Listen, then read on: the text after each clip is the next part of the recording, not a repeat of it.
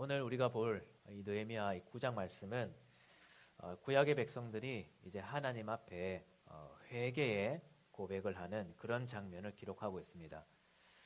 특히 이제 5절부터 38절까지를 보면 긴 정말 찬송시며 죄의 고백에 대한 고백이 담겨져 있는데, 그렇게 긴 고백을 통해서 하나님 앞에 정말 깊이 회개하는 그런 시간을 가지고 있는 것입니다. 그런데 지금 이 9장에 기록된 회개의 사건이 언제의 사건이냐고 하면 1절에 보면 그달 29날에라고 되어 있습니다. 그러니까 우리가 지난주 8장에서 일곱째 달에 있었던 일에 대해서 우리가 말씀을 봤었지 않습니까? 바로 그 일곱째 달 24일에 일어난 일이라고 말씀하고 있는 것입니다. 제가 이 날짜를 왜 언급하고 있냐 하니까 지금 이 백성들에게 있어서 이 7월은 정말 은혜의 달이었던 것 같습니다. 이 7월이 있기 바로 직전에 성벽을 완공했었고, 또 7월 1일부터 이 백성들이 성벽을 완공할 뿐만 아니라 자신들의 영적인 성벽을 재건하기 위해 모여 영적인 부흥운동을 7월 1일부터 시작했었습니다. 또 그렇게 시작했을 뿐만 아니라 7월 15일부터는 대속죄일이라는 정말 큰 절기를 보냈었고, 또 그와 더불어 추수감사의 때를 함께 보내곤 했었습니다. 그리고 7월 15일부터는 또 한 주 동안 초막절을 지키면서 하나님의 은혜를 기억하는 초막절은 이스라엘 백성들이 이집트에서 출애굽한 다음에 광야 생활했다는 것을 기념하는 것이 초막절입니다. 하나님의 구원의 은혜를 기념하는 것이죠. 그런 은혜들을 기억하는 그런 시간을 7월 한 달 내내 이 백성들이 보낸 것입니다. 그런데 이 7월의 절기는 7월 22일이 되면 다 끝이 납니다. 초막절의 마지막 날이 7월 22일입니다. 그런데 이렇게 7월에 있었던 공적인 집회가 모두 끝이 났는데, 이 백성들이 그 은혜가 얼마나 컸는지 바로 이튿날 다음 날에 바로 다시 모여 하나님 앞에 회개하는 그런 은혜의 집회를 이어나가고 있었다는 겁니다. 여러분, 혹시 여러분들에게 이런 은혜의 시간들이 있었습니까? 저는 개인적으로 이 본문을 보면서 참 은혜가 되었습니다. 아니, 성도들이 추수감사주일도 끝나고 수요일 성경 공부도 끝났는데 또다시 모여서 성도들이 목사님 교회 좀 오십시오. 그래서 우리 같이 기도해야 하고 예배를 더 합시다. 그렇게 막 하는 것입니다. 물론 저는 이제 한 번의 설교 때문에 일주일이라는 시간을 써야 되니까 성도들이 계속 모이자 하면 조금은 부담은 될 것 같아요. 하지만 오늘 본문을 쭉 보면 설교의 구조나 설득이나 변증이나 그런 것들이 필요하지 않는 것 같습니다. 그냥 하나님의 말씀을 낭독하고 그 말씀이 어떤 뜻인지를 그냥 깨닫게 하면 백성들이 그 말씀을 듣고는 자기의 죄를 깨닫고 회개하며 울부짖는 그런 자발적이고도 은혜가 넘치는 예배가 지금 진행이 되고 있는 거예요. 여러분들에게 이런 시간들이 있었던 적은 없습니까? 저는 우리의 삶에 이런 시간들이 꼭 있었으면 좋겠습니다. 저는 개인적으로 개혁주의 신학을 이제 신학교에서 공부를 하고, 또 개혁주의 신학이 가장 성경적인 신학이라고 생각합니다. 개혁주의 신학이라 하면 이제 종교개혁가들이 종교개혁을 하면서 회복했던 루터와 칼빈으로부터 이어지는 그런 신학이라고 합니다. 그런데 이 개혁주의 신학의 단점이 하나 있는데, 개혁주의 신학의 단점이라기보다 개혁주의 신학이 잘못 흘러가면 생길 수 있는 단점이 하나 있는데, 그게 뭐냐 하니까 인간의 체험을 지나치게 배제하려고 하는 것입니다. 그 이유는 이 개혁주의 신학의 가장 큰 특징 중에 하나가 하나님의 주권과 하나님의 말씀에 대한 강조입니다. 그런데 그런 하나님의 주권과 말씀의 권위를 떨어뜨리는 가장 큰 위협이 또 뭐냐 하니까 인간의 체험을 강조하는 것이죠. 그래서 개혁주의 신학은 늘 인간의 체험을 경계하고 또 심하게는 배제하려고 했었습니다. 왜냐하면 사람들이 자기의 체험을 내세워 신앙생활을 하다 보면 하나님의 주권보다는 내가 느낀 것, 하나님의 말씀보다는 내가 체험한 것을 더 의지하면서 신앙생활을 하기 때문이죠.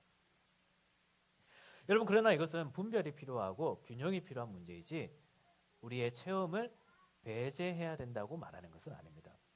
오히려 우리는 개혁주의 신학을 보면 하나님의 주권을 인정하면서도 우리 안에 있는 깊은 영적인 체험들을 굉장히 강조하고 있다는 것을 알아야 돼요.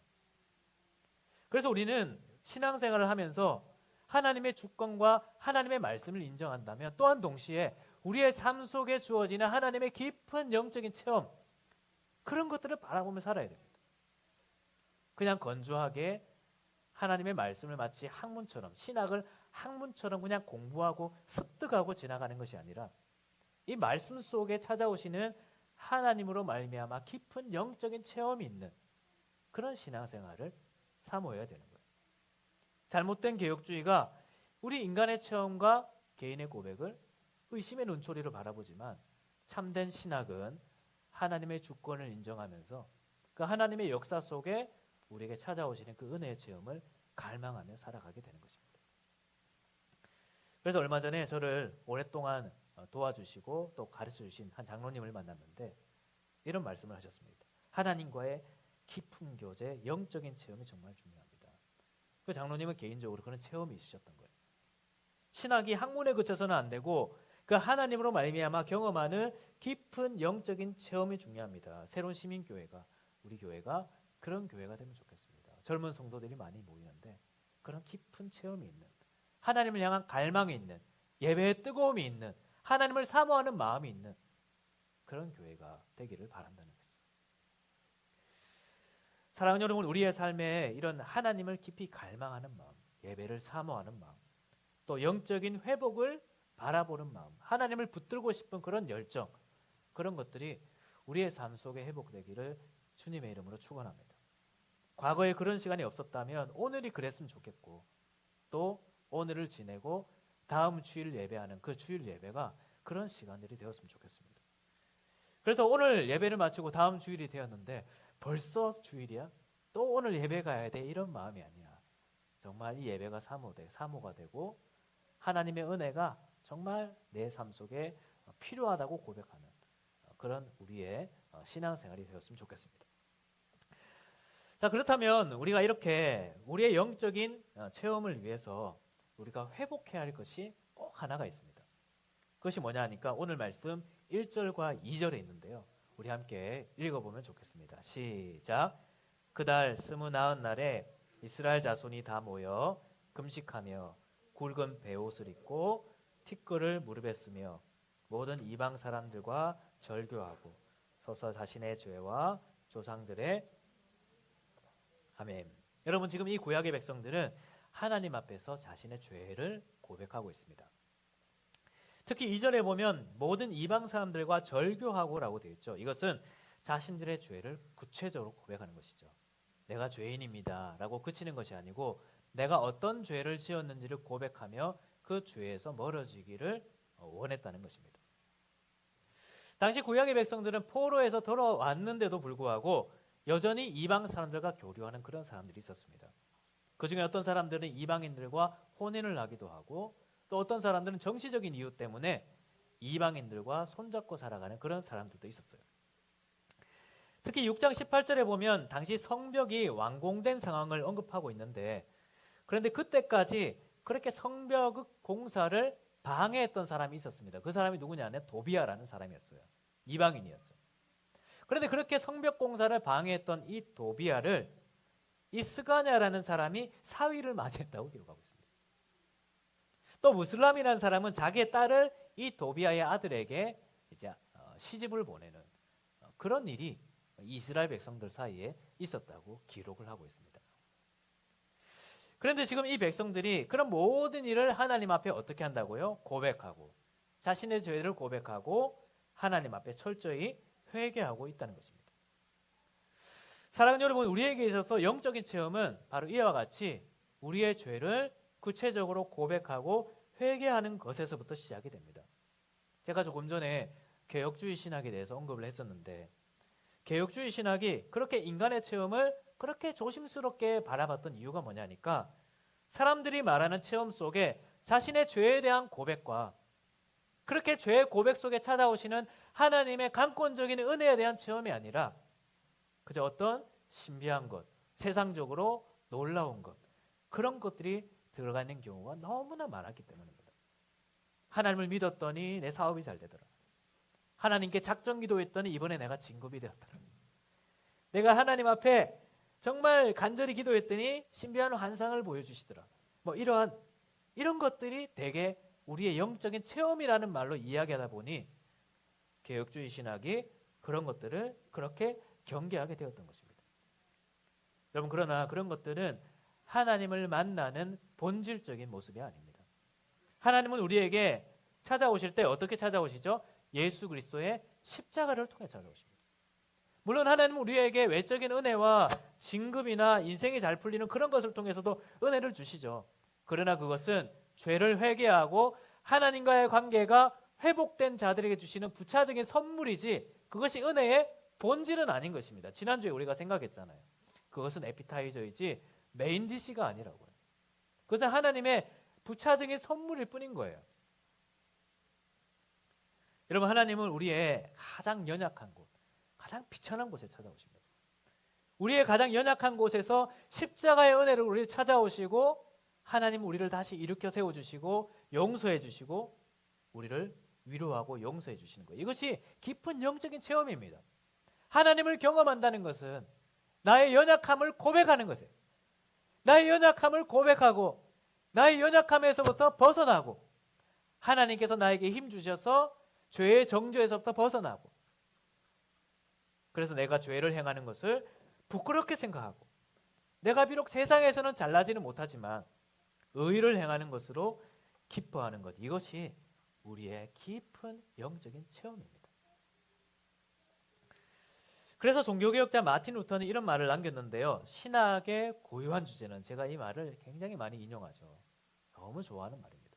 신학의 고유한 주제, 성경이 가르치는 가장 고유한 주제는 죄로 정죄받은 인간과 죄인을 의롭다 하시는 구주 하나님이시다. 이것이 가장 중요한 주제라는 거예요. 죄로 정죄받은 인간과 그 죄인을 의롭다 하시는 구주 하나님. 사랑하는 여러분, 여러분들은 이런 하나님을 깊이 체험하고 있습니까? 우리는 하나님을 체험하려면 이렇게 우리의 삶을 먼저 돌아봐야 됩니다. 우리의 삶에 이렇게 회개할 일은 없는지. 이제 어느덧 2025년의 마지막을 향해 가고 있지 않습니까? 이번 한 해가 가기 전에 여러분들이 정말 지금 이 백성들과 같이 금식하며 굵은 베옷을 입고 여러분들이 범하고 있는 죄에서부터 떠나기를 원하는 그런 회개해야 될 모습은 없는지 우리가 생각해 봐야 될 것은 없을까요? 저는 매년 연말이 되고 새해가 되면 그런 생각을 합니다. 우리가 한 해를 더 살았으면 조금 더 지혜로워져야 된다. 한 해를 더 살았으면 조금 더 지혜로워져야 되는 거예요. 그런데 그 지혜가 뭐냐 하니까 하나님이 우리에게 이 시간을 허락해 주신 것이 무슨 의미일까? 그것을 깨닫는 것입니다. 하나님 나에게 새해를 주시는 이유가 뭘까? 하나님께서 지난해를, 과거를 지난해라고 부르게 해주시고 새로운 해를 새로운 해라고 불러주시는 이유가 뭘까? 지난 한 해를 그냥 시간적으로 지난 한 해라고 생각하는 것이 아니라 한 해가 가는 것을 통해 나의 지난 모습도 지나가는, 나의 지난 옛 과거도 지나보내는, 내가 잘못했던 거, 범했던 죄들, 연약했던 모습들 지나보내는, 그것이 지난해입니다. 시간적으로 지나간 것이 아니라 나의 연약함을 지나보내는 것이 지난해예요. 그리고 새로운 영적인 한 해를 시작하는 것이 새해인 것입니다. 그래서 우리가 어떻게 보면 그런 것을 부단히 연습하는 것이죠. 제가 이제 40이니까 40년 동안 40번 그런 연습을 해와야 했던 것입니다. 우리도 이번 한 해가 가기 전에 그런 연습을 또 해야 되는 거예요. 한 해 동안 나의 연약함은 뭘까? 내가 절교하고 끊어내야 될 나의 죄의 모습은 뭘까? 그것을 보내버리는 연습을 해야 됩니다. 여러분, 어영부영하다 보면 이제 금방 또 연말이 지나갈 것입니다. 이제 한 5주 남았습니까? 우리는 이 연말을 어떻게 마무리하고 어떻게 새해를 맞이할지 우리가 스스로를 돌아보며 지혜롭게 생각해야 될 때가 되었습니다. 우리가 새로운 해라고 부르는 그 새해를 정말 새로운 마음으로 맞이하기 위해서 남아있는 이 5주 동안 여러분의 삶을 회개하고 하나님 앞에 진심으로 고백할 수 있는 그런 시간들이 우리에게 있었으면 좋겠습니다. 특히나 이 구약의 백성들처럼 우리가 어떤 이유에서건 이 세상 사람들과 손잡고 있었던 일들, 하나님과 손잡고 있었던 것이 아니라 세상을 의지하고 손잡고 있었던 것들을 내려놓을 수 있는, 과감히 끊을 수 있는 그런 은혜가 우리의 삶 속에 있었으면 좋겠습니다. 우리가 그렇게 한다면 반드시 연말에 하나님의 깊은 은혜가 있을 거예요. 깊은 영적인 체험이 있을 것입니다. 정말입니다.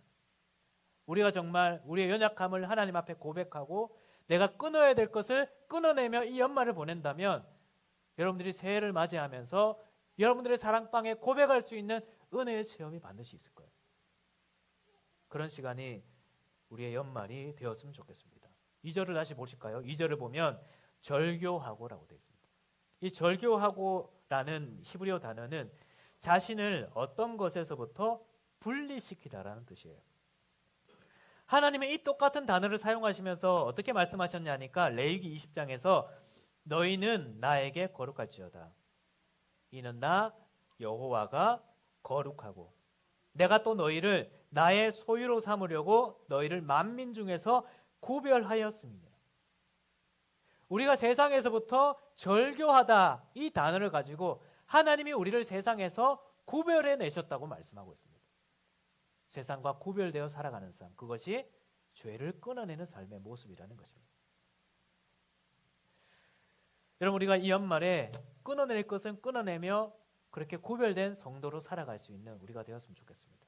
그래서 하나님께서 구별하신 자로서 우리의 죄의 모습을 끊어내고 거룩한 하나님의 자녀로 살아가면서 하나님이 주시는 영적인 깊은 은혜를 체험하며 살아가는 우리 성도들이 되기를 주님의 이름으로 축원합니다. 그런데 마지막으로 우리 한 가지만 더 생각해 볼 건데요. 그런데 그렇게 우리가 우리의 죄를 돌아보고 죄를 고백하려고 하면 내가 그래 무슨 죄를 지었지? 라고 생각할 때가 우리에게 종종 찾아오는 것 같아요. 내가 죄인이라는 것은 인정하는데 구체적으로 내가 무슨 죄를 지었는지는 고백하지 못하는 습관적인 죄인의 고백들 우리에게 많지 않습니까? 하나님, 내가 죄인입니다. 그런데 내가 무슨 죄를 지었는지는 모르겠습니다. 그런 모습들이 우리에게 사실은 많이 찾아오는 것 같습니다. 여러분, 그런데 우리가 우리의 죄를 보기 위해서는 또 회복해야 될 것이 하나가 더 있는데 그것이 오늘 말씀 3절에 기록되어 있습니다. 3절 말씀 우리 마지막으로 한 번만 더 읽어보면 좋겠습니다. 3절입니다. 시작. 이날에 나 4분의 1은 그 제자리에 서서 여호와의 율법책을 낭독하고 나 4분의 1은 죄를 자복하며 그들의 하나님 여호와께 경배하는데. 여러분, 지금 이 백성들의 회개의 모습을 보면 그 회개의 모습 속에 항상 함께 있는 것이 있습니다. 그것이 뭐냐니까 하나님의 말씀입니다. 8장 9절에도 보면 백성이 율법의 말씀을 듣고 다 우는지라 라고 되어 있죠. 여러분, 회개는 하나님의 말씀에 대한 자연스러운 반응입니다. 8장 7절에도 보면 율법을 깨닫게 하였다라고 되어 있고 8장 8절에도 보면 하나님의 율법책을 낭독하고 그 뜻을 해석하고 다 깨닫게 했다. 8장 13절에도 보면 율법의 말씀을 밝히 알고자 했다라고 되어 있습니다. 지금 이 백성들은 7월 한 달 내내 하나님의 말씀에 집중하는 시간을 가졌던 거예요. 하나님의 말씀을 보니까 내 삶 속의 연약함을 보기 시작하고 회개하기 시작하게 되었다는 것입니다. 여러분, 이 회개는 우리 스스로 사실은 할 수 있는 게 아니에요. 여러분들 우리 신앙고백서 지금 웨스터민스터가 아니죠. 하이델베르크 요리문답 배우신 분들은 우리 죄를 깨닫게 하기 위해서 하나님의 말씀 속에서 죄를 볼 수 있다고 했잖아요. 하나님 말씀이 우리 죄를 깨닫게 하는 것입니다. 죄는 우리의 양심이 가르쳐 주는 게 아니고 죄라는 것은 세상 사람들이 다수결에 따라 결정한 것에 따라 죄가 결정되는 것이 아니고 죄는 하나님이 만들어주신 세상의 질서를 어기며 살아가는 것이 죄예요. 그래서 우리가 하나님의 말씀을 봐야 우리가 어떤 부분에서 잘못 살고 있고 어떤 부분에서 회개해야 될지를 볼 수 있게 되는 것입니다. 여러분들은 평소에 말씀 생활을 어떻게 하고 있습니까? 제가 말씀을 정말 중요하게 생각하고 또 이 말씀이 전부라고 가르치는 신학교를 졸업했는데 제가 오늘 설교를 준비하면서 생각해 보니까 여러분들에게 성경을 읽으라는 말을 그렇게 많이 안 한 것 같아요. 지금 수요일에도 성경 공부를 하고 있는데 여러분들에게 참석하라고 권면을 특별히 하지도 않았던 것 같습니다. 그런데 이제 벌써 요한계시록을 하면서 성경 공부를 할 시간을 이제 다 마치게 되었어요. 제가 여러분들에게 개인적인 성경 읽기를 강조하지 않았던 이유는 가급적 우리 성도들이 이 주일 말씀에 집중했으면 좋겠다, 그런 생각을 가졌기 때문입니다. 그래서 이 말씀으로 우리가 함께 나눔하고 이 말씀으로 한 주간을 살아가는 훈련을 하자. 근데 그건 좋은데 제가 여러분들에게 성경 읽기를 강조하는 것은 아무리 강조해도 지나치지 않는다는 생각을 오늘 설교 준비를 하면서 했어요. 성경을 읽으세요. 많이 읽어야 됩니다. 큐티해야 됩니다. 하루에 몇 장씩 읽으세요라는 말이 혹여나 여러분들이 살아가면서 부담이 될까 봐 말하지 못했던 것 같은데 그러나 이것은 아무리 강조해도 사실 지나치지 않은 것입니다. 왜냐하면 오늘 이 하루의 설교는 사실 이 목회자의 연약함 속에서 여러분들에게 전달되는 거예요. 여러분, 이 설교는 여러분들에게 모든 것을 전하지 못하는 목회자의 연약함이 반영되어 있는 것입니다. 제가 지금까지 가급적 목사의 개인적인 의견을 설교하지 않으려고 설교 본문을 따라 설교하려고 애쓰고 있습니다. 그런데 그렇게 균형 있게 가르치려고 애써도 지금까지 설교 속에서 제가 강조하지 못하고 지나온 것들도 정말 많습니다. 오늘 여기에 대해 설교를 해야 되는데 지난 한 주간 우리 성도들이 당한 어떤 삶 속에서 이런 말씀이 혹여나 또 상처가 될까, 혹여나 또 부담이 될까 싶어서 지나갔던 말씀도 많이 사실은 있는 거예요. 지금 느헤미야 설교를 하고 있는데 이 느헤미야도 지금 남아있는 부분 중에서 제가 정말 고심하고 있는 본문들도 있습니다. 여러분, 이 설교는 목회자의 연약함을 통해서 전달되는 것이기 때문에 때로는 여러분들에게 부족함이 많을 수도 있습니다. 그러나 여러분들이 성경 읽기를 부지런히 하신다면 이 설교자의 부족함을 우리 하나님께서 채워주실 거예요. 저도 큐티를 하다 보면 그럴 때가 있습니다. 하나님께서 이 말씀을 통해 나에게 말씀하고 계시구나. 그것을 여러분들의 개인적인 성경 읽기를 통해 누리셨으면 좋겠어요. 설교자가 말하지 못하는, 설교자가 강하고 담대하지 못해 말하지 못하는 부분을 우리 성령님께서 여러분들의 성경 읽는 그 시간을 통해서 분명하게 말씀해 주실 것입니다. 우리의 잘못된 부분이 뭔지, 이번 한 해 내가 고쳐야 될 것은 무엇인지 우리 하나님께서 이 성경을 통해 여러분들에게 말씀해 주실 거예요. 그래서 우리는 이 말씀을 가까이 해야 됩니다. 말씀 속에서 우리의 연약함을 발견할 수 있어야 돼요. 그것이 우리의 영적인 회복의 시작입니다. 하나님은 이 말씀을 통해 여러분들의 부끄러움을 드러내기도 하실 거예요. 책망하기도 하실 것입니다. 그러나 우리가 조금 후에 부를 찬양인데 여러분들을 부끄럽게 하려고 그렇게 하시는 건 아닙니다. 여러분들에게 상처 주려고 그렇게 하시는 말씀 아니고 여러분들을 다시 이렇게 세우고 더 단단하게 하기 위해 그렇게 하시는 거예요. 조금 후에 부를 찬양에 보면 이런 가사가 있습니다. 우리를 징계하기 위해 드러내시는 것도 아니고 또한 우리를 부끄럽게 하시려고 드러내시는 것도 아니라고 고백하죠. 오히려 우리를 고치시고 더 단단하게 하시기 위해 우리의 연약함을 드러내시는 하나님이라 그렇게 고백하고 있습니다. 여러분께서 성경을 읽을 때 때로는 나의 연약함을 볼 수 있습니다. 지금 이 백성들도 그렇거든요. 하나님의 말씀을 보니까 과거 우리의 조상들이 그 땅을 잃어버리고 포로로 끌려갔던 이유가 바로 그렇게 이방인들과 손잡고 하나님과 손잡지 않고 우상을 숭배하고 세상을 의지했던 그 모습 때문이라는 것을 말씀 속에서 발견한 것입니다. 말씀 속에서. 우리도 말씀을 읽을 때 하나님께서 우리의 연약함을 보게 하실 거예요.